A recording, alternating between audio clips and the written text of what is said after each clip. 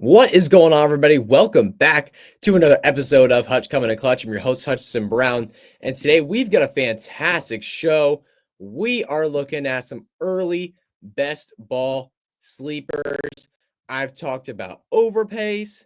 I've talked about undervalued players. Today we're looking outside the top 100 outside the top 120 picks. There we go in ADP. And I'm going to be talking about some players that I like in that range. But before we get into that, we have some breaking news to get into. So before I get into the show today, please follow me on Twitter. I'm at HutchinsonB_FF.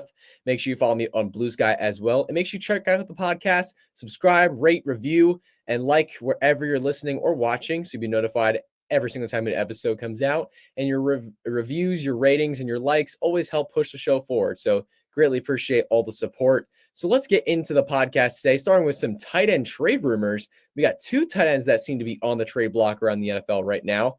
And also one of them probably on the trade block in a lot of dynasty leagues. We'll start with that one, Kyle Pitts. Many people want him off their team. I know I have him in a dynasty league, but honestly, I'm holding on to him. But we'll get more of that in a second. But Kyle Pitts, not at OTAs due to an apparent foot injury that he's nursing right now. But teams have checked on the availability of Kyle Pitts via trade.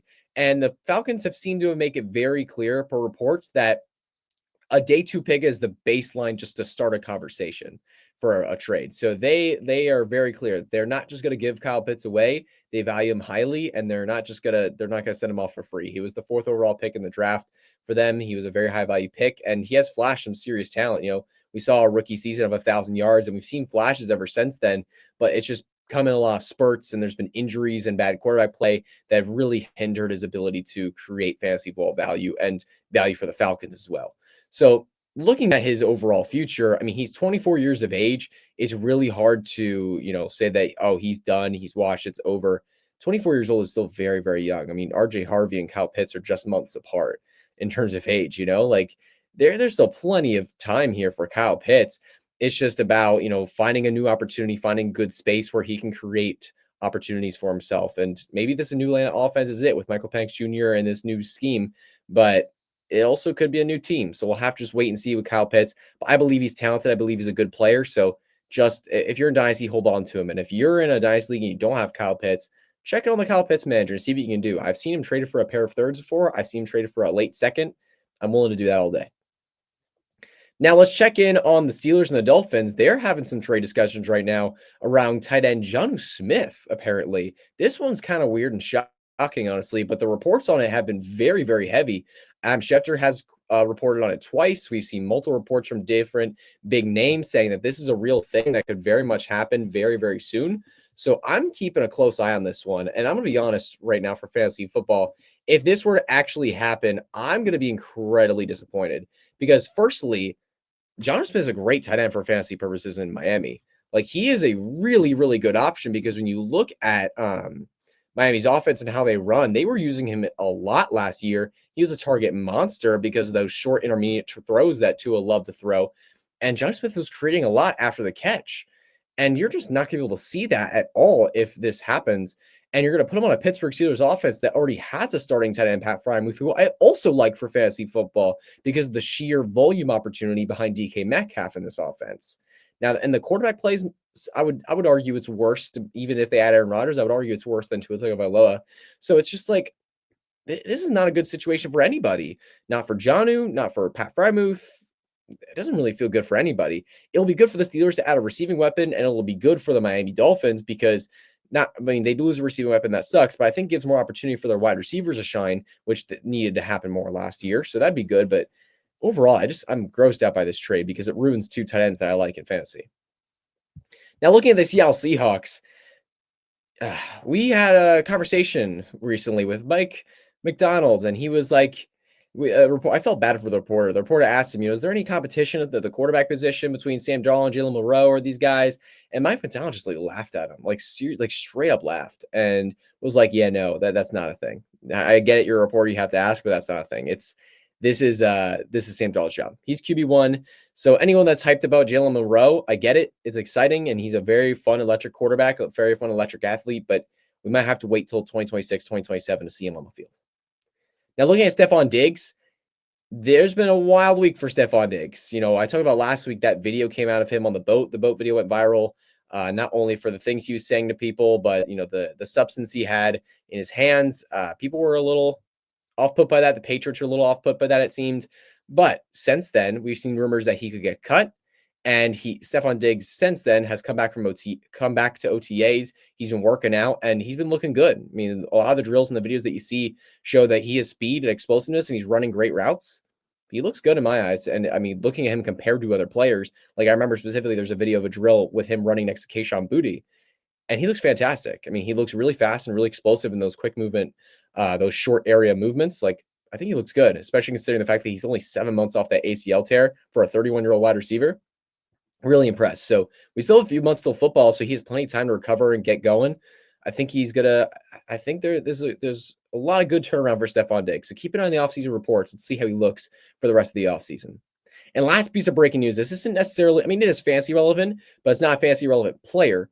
We're looking at Lions 4-time Pro Bowler center Frank Regnault is announcing his retirement from the NFL. This is huge. I mean, this is massive for the Lions. Looking at him as a player, Regnault, like I just mentioned, 4-time Pro Bowler and he was drafted in 2018. So like 6-7 seasons, 4-time Pro Bowler. The dude has been a massive piece of their offensive line. That offensive line is what holds Detroit together. Like that, their weapons are great. Their running back room is great. Jared Goff's great, but that offensive line is like glue for them. Not only a little bit in the receiving game sometimes, but just in the run game and the pass blocking game and everything. They make this offense move. To lose a centerpiece like that that's huge. It's huge for their offense. I think they'll be fine. They drafted a day 2 guard that's going to move to center. And, the Detroit Lions, Dan Campbell, are very, very good about, backups, be ready to play. Like, be ready to get in here and play. And they've done really well with that over their, tenure with Detroit so far. So hopefully that they'll be able to replace Regnault well, similar to how Philadelphia just did last year with Kelsey and Cam Jurgens. I think it'll be a smooth transition, but definitely something to keep an eye on because that's a huge loss. Now let's move into early best ball sleepers. I've got 6 players. Actually, one of them is a duo, so maybe more like 7 players to talk about here at various positions for fantasy football. We're going to start with my twofer. We're going to start in the Dallas Cowboys backfield with Jaden Blue and Javonte Williams. Jaden Blue's going at 214 overall. Javonte's at 112. I know that's not outside the top 120, but I still think he's important to mention. I really just want to talk about this Dallas backfield in general, because when you look at ambiguous backfields in fantasy football, they're often great values, because you look at these ambiguous backfields, a lot of times the fantasy football community, the NFL world, looks at these and says, we don't know who the starter is. Let's dip them all down in ADP. And their ADPs are all incredibly deflated. And then it doesn't always happen. But if one of these guys steps up and becomes a starter, if one of these guys' talent wins out over the others, they're immediately good values in fantasy football. Because when we deflate their values because of the ambiguousness of the backfield, sorry, no, that's not the right word, ambiguousness of the backfield, you're drafting them at their floor, basically. You're drafting them in a place where it's like, if they bust, whatever, it's fine. But if they hit, if they're the talent that wins the cream of the crop, that gets to the top of this backfield, you're looking like it looks like a great value. And I think we could see one of those players emerge here from Dallas. You have Jaden Blue. He's a little undersized, but he's a very explosive, very fun athlete that can work in the running game and the receiving game. He can make plays from every area of the field in terms of his explosiveness and his long speed. He's got that sub 4.4 speed. He can really make some big plays happen. And then you have Javonte Williams, a guy who, as a rookie, was phenomenal. He had a great rookie season. It wasn't a committee, but it was very flashy. And then since then, it's that knee injury that's really held him back. Last year was definitely more efficient than the year prior, which was nice to see, but it still wasn't great. So definitely an uninspiring ad from Dallas, Javonte Williams is, but he's definitely someone that could, emerge in a new situation and get back to that fully, rookie year form. And if he does that, man, he's going to be huge value at where he's going. Both of them are going outside the top 40 running backs in ADP in general. That's going to be huge for fantasy football if one of them hits. So keep an eye on these 2 guys late in your drafts. Then looking at Darnell Mooney, 121 overall. I think he's incredibly slept on. No one talked about Darnell Mooney at all. He had 992 yards in 16 games last year, so basically a 1,000-yard season if he had played in the last game. Made some huge plays for the Atlanta Falcons. And the Falcons responded to that by literally adding no one else. Like, they didn't add any significant pieces at wide receiver or tight end onto this roster. So unless Kyle Pitts has a sensational season, like a unbelievable season, Darnell Mooney has the clear-cut path to the number 2 role in this offense yet again this year. And last year, he was borderline a top 30 wide receiver, and now we're looking at him at his ADP, and he's outside the top 50 wide receivers in most drafts. I just don't think that makes any sense because you have the clear-cut role to a number 2, the clear-cut opportunity to be the number 2 in this good offense with a quarterback of Michael Penix that could be better than Kirk Cousins was last year. So I'm really, really excited for Darnell Mooney. I think it's a really great value here, super late in drafts. Now let's look at Ray Davis. This is one that I'm really excited about, specifically due to the ambiguity of the James Cook situation. Because looking at Ray Davis last year, he was good last year. Not elite, not amazing, but he was good. He was a big physical bruiser back that was able to run in between the tackles, make some great plays as a runner, but also was very smooth, had very soft hands in the receiving game. While Ty Johnson and James Cook dominated the receiving game out of the back for the Buffalo Bills, when Ray Davis got his opportunities, he looked really good. He proved capable in that area of the game. And overall, he was very efficient on his touches. I was pretty impressed with Ray Davis, what we saw as a rookie. And now he's heading into year 2, probably going to develop a little bit, get better as an NFL player. But now you have an opportunity in this Bills backfield that's incredibly intriguing. Because James Cook, while he could play for Buffalo this year, he could have a good season.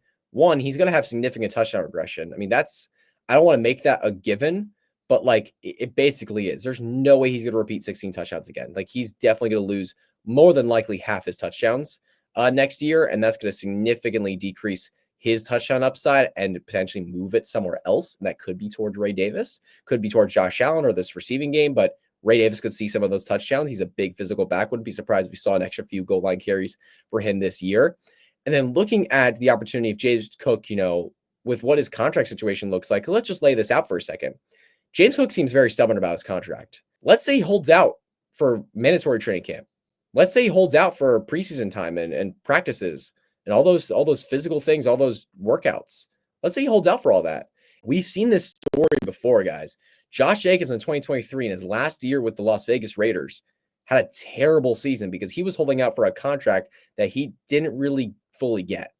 And he came back not getting fully what he wanted, but he came back late and he had a terrible season. Then Brandon Ayuk in 2024. Let's look at that one too. Held out for a lot of training camp, a lot of offseason stuff, got paid late in the summer, came back. And then when you looked at him in the regular season, not only did he suck during the season, but he tore his ACL just a few games in. So not only are you looking at a risk for James Cook of losing touchdowns opportunities, but you're looking at a risk of what if he holds out for a lot of the offseason? His body, especially considering the fact that he's an undersized running back, is not going to be ready for football time. He's not going to be ready to take those hits. He's not going to be in football shape. And when you put him out on the field, there's a very strong risk that he's going to get injured or look terrible. And the Bills aren't messing around. This is a win now team. They're not going to be like, oh, let James Cook struggle for a while. No. If James Cook's struggling, they're going to be like, okay, we got to get you out of here because we got to win games. Ray Davis, you're up next. But the worst you're getting here is a great handcuff and a good offense. Now, let's talk about Trey Harris. Rookie wide receiver for the Los Angeles Chargers this year. The more I think about it, the more I see that this is just an elite opportunity. When you look at Trey Harris, he was incredibly productive. I think it's incredibly underrated. He had 1,030 yards and 7 touchdowns. And you might say, wait, 1,030 yards and 7 touchdowns. That's not that great. That was in 8 games. That was in 8 games, guys. 8 games played in his final season in college. 1,030 yards, 7 touchdowns. 61.5% contested catch percentage. He was over 5 yards per run. Incredibly efficient on the opportunities he got. He's a 6'2", 205-pound wide receiver, primarily going to play on the outside, and he's a contested catch monster that can stretch the field. You want to pair that guy up with Justin Herbert? Are you kidding? I mean, this is the player that we've hoped Mike Williams was. This is the player that we've hoped Quentin Johnston would be. Like, we want that outside field stretcher, that contested catch monster for Justin Herbert to be able to throw the ball downfield to. And now we finally have a new guy in Trey Harris that might have that opportunity. Mike Williams is on this team. Quentin Johnston is on this team. But if Trey Harris, a day 2 pick, proves to be better than both of them, he's going to get significant opportunity right away. And that could be huge for his fantasy ball value from the get-go. So I think about Ladd McConkey is the dominant number 1. I think Justin Herbert is good enough of a quarterback, and this is good enough of an offense for multiple options to be very, very relevant here. So keep a strong, close eye on Trey Harris. He's going at 136 overall, outside the top 40 wide receivers pretty easily. Keep an eye on him. He's someone that I think has an elite opportunity in Los Angeles. And look, Los Angeles just had a rookie receiver last year in the second round, Ladd McConkey. go for 1,100 plus yards. I'm not saying Trey Harris is going to have 11 plus 100 plus yards, but I'm saying that the Chargers just had a rookie receiver and they used him great. Watch Trey Harris do the exact same thing as a day 2 pick. Now, let's look at Bryce Young. Really, really excited for Bryce Young. The last 2 picks are going to be quarterbacks. And actually, before I get specifically into Bryce Young, I just want to talk for a second about the quarterback position in underdog drafts and in redraft in general. My general strategy, looking at the quarterback position, my strategy has changed over the years. I tend to be a late round quarterback guy. I tend to be someone that finds the value late, but especially this year, what I'm looking at, you have Josh Allen, Lamar Jackson, Jaden Daniels, Jalen Hurts, and Joe Burrow. Those are like the clear top 5 in every draft, basically. Those are the guys that go top 5. After that, I don't want to take a quarterback in this range because when you look at Patrick Mahomes, Baker Mayfield, Bo Nix, Kyler Murray, Jared Goff, Caleb Williams, Justin Herbert, Brock Purdy, Dak Prescott, C.J. Stroud, Jordan Love, you get into a lot of names where it's like you can bundle them kind of in all one big tier where it's like they could all get in that top 8, top 6 conversation. They could all be right there, but they also have significant downsides. This is one massive tier for me. And I think some of them you could label in the weaker side of the tier than others. Like I think Jared Goff is not going to get in that top 5 conversation. You could probably rule out Jordan Love maybe from that top 5 conversation. People are scared of Kyler Murray. I get it. There's a lot of arguments to make with all of them, but I think it's very easy to see that this is one big tier. And what I'm trying to tell y'all is when you see Joe Burrow or Jalen Hurts at QB5 go off the board, do not immediately take Patrick Mahomes or Baker Mayfield. Do not do that in like the 4th, 5th round. Wait. Let the value of this quarterback tier fall to you. If it ends up being Bo Nix at quarterback 9, 10, 11, 12, take it. Take that value if you find that to be a value. If it's Caleb Williams at QB 13 that you see as the best value, take that value later in your draft. It ends up being Justin Fields, back, as a QB at the QB 14, 15 spot. Take that value. Like just let the value fall to you at quarterback if you're not taking one of those elite guys. Don't reach for one of these middle round quarterbacks because they're all in such a similar tier. And then when you look after this tier, you look at outside the top 100. You're looking at guys like Justin Fields, Drake May, Matthew Stafford, J.J. McCarthy, Bryce Young, Michael Penix Jr., Anthony Richardson, Sam Darnold, Geno Smith. There's a lot of guys with some really good upside, not only in the running game, but in the passing game too. Like J.J. McCarthy's an elite offense. We're going to talk about him more in a second. But Justin Fields is elite rushing upside. Drake May has new weapons, and he is the rushing upside. Matthew Stafford with Puka Nacua and Devontae Adams. It's easy to see a lot of arguments for a lot of these guys that could put them in that top 10 conversation. So why draft one of these? Why draft like QB6 to QB10 when you can get a guy that's basically in the same tier or has the upside to be in the same tier so much later? Draft an elite wide receiver, draft a great running back in that middle round range. Don't spend up and reach on a quarterback in that middle round range. So for me, I just want to emphasize my strategy on quarterback this year that if I don't get one of the elite 5, I would love to have one of the elite 5, but if I don't get them, I'm not reaching on a quarterback in those middle rounds because there's so much value late in drafts this year and a lot of guys with elite upside. So now let's go back to my 2 quarterback names I really wanted to mention. Bryce Young, firstly. Let's just look at the career of Bryce Young real quick. First overall pick in 2023. Terrible rookie season. Comes into his second year with a couple new weapons. Another terrible start. And then he gets benched. And then Andy Dalton gets injured eventually. Bryce Young comes back. A lot of people are tuned out of fantasy football by this time. Mid-late season, a lot of people's teams suck.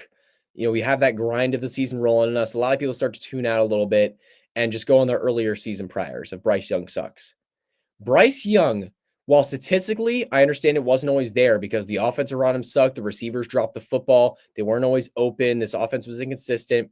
But when you watch him play, you could clearly see it was so abundantly evident. And it's not just me that's saying this. It is some really great, smart people in this industry and in the football world saying Bryce Young looked like one of the better quarterbacks in football in the second half of the season. We saw everything we needed to see that showed he was the first overall pick for a reason. And now we head into this season with Jalen Coker and Jatavian Sanders, 2 late-round rookies who had flashy rookie seasons, stepping up in year 2. Adam Thielen, who was a dependable target last year, is still there. And you have Ted McMillan, a top 10 pick at wide receiver, now entering this offense. The Panthers, they have Chuba Hubbard. That's great. They also added Rico Dowdle, who was a very solid back last year for Dallas. This offense is looking a lot better this year. Improved offensive line as well. And now we're looking at Bryce Young saying this is a guy who was a back half QB1. He was a great player. He had over 20 yards per game in his last 10 games rushing on the ground, which is a season-long pace of about 350 yards. And we're like, yeah, let's draft this guy outside the top 20 quarterbacks. I don't get it. Bryce Young could really, really take a step forward and become one of the top tier fantasy quarterbacks. He's one of these guys late that I really like. And then Jaden McCarthy, man. This is a situation where I just see him, in 2021, 2022, we saw Brock Purdy come in. Actually, no, I think it was 2022, actually. Brock Purdy came in for the 49ers late in the season. And because of all the elite offensive weapons around him, he just succeeded. He looked amazing for fantasy football in those first couple of years. And Brock Purdy, I think, has developed better as a quarterback over the few years that he's played with 49ers. And I think he's actually become a really good player. But early in the season, it really seemed like he was more dependent on his weapons. But the thing is, it worked for fantasy. He was an elite quarterback for fantasy football, even though he was mostly dependent on his weapons. And JJ McCarthy, I'm trying to make the same argument that he doesn't have to be elite. A lot of people have concerns about him as a prospect. He doesn't have to be a great quarterback. If he's an average quarterback, similar to how Sam Darnold was last year, you're looking at a monstrous potential fantasy ball asset here. You have Kevin O'Connell, head coach, who's a very, very friendly for quarterbacks. We saw that last year with Sam Darnold. Justin Jefferson, the best wide receiver in football. Jordan Addison, one of the best wide receiver twos in football. TJ Hawkinson, a top half tight end, arguably top 10 tight end in this league. Aaron Jones, one of the better running backs in this league right now. Jordan Mason, a great second running back. An elite offensive line, a top tier offensive line. And you look at his rushing upside too. Obviously, the knee injury last year is going to potentially limit it, but he has the talent. Jim Harbaugh gave him plenty of rushing opportunities in the design run game, in the quarterback sneak game, in RPO opportunities. He gave him those opportunities to run the football and showcase his talent with his legs. And he looked great. 43 rush attempts for 283 yards, 6.6 yards per carry in his final college season. He's not afraid to drop his shoulder. He forced 14 missed tackles, got a lot of yards after contact per attempt, about 3 yards after contact per attempt on his rushes. He's not afraid to drop his shoulder. He's not afraid to be physical. He's got that dog in him when he's running the football. And I think we can see some of that this year. Another thing about Jaden McCarthy I really like is that he's not coming in fresh, guys. A lot of people are like, oh, this is basically his first season. It is technically playing, but he had some preseason work. That's great. And also throughout the season last year, every Vikings player and every Vikings reporter will tell you he was in the building every single day. He was in the building working with them on pregame plans, helping out the team. He was part of the reason they won some games. He was part of the reason they designed some great plays. Like, he was really there. He wasn't on the field, but around the team, he was a really key piece. He was really, really helpful for them during the entire season. He learned the offense, and Kevin O'Connell has already praised him, saying he's done a great job at learning this offense right now, and it's great to see the guys mesh with him. He's doing an amazing, amazing job. Can't wait to see what he does this year. I'm rooting for J.J. McCarthy so hard. I cannot wait to see what he does this year. I'm in at his current ADP of about quarterback 17. I'm in on it. So without further ado, that's going to be it for Hutch coming to Clutch today. Thank you all so much for tuning in. I'm going to warn y'all one last time. This is my last podcast for a couple weeks. My church is going on a mission trip to Peru. I have the opportunity and the pleasure of getting to join them on that. We're going to be doing a lot of work in some native villages in Peru. We're going to be in the rainforest, in the jungle for the majority of the 2 weeks of our trip. I'm kind of just going to be offline completely. So I'm not going to be recording podcasts. I'm not going to be posting much on Twitter or on Blue Sky or anywhere. And that's just that's just how it's going to be. It's going to be really fun. But then I'm going to come back late June. I think I come back on the 24th, 25th. And then I'm going to come back late June, early July, get back to podcasting and get back in my groove and get ready for redraft season. Because at that point, it's July. Like, we're preparing for redraft season. We're preparing for our home leagues. Like, it's going to be quite exciting. So cannot wait for that. Cannot wait for the rest of this off season. So without further ado, I will see you guys in a couple weeks.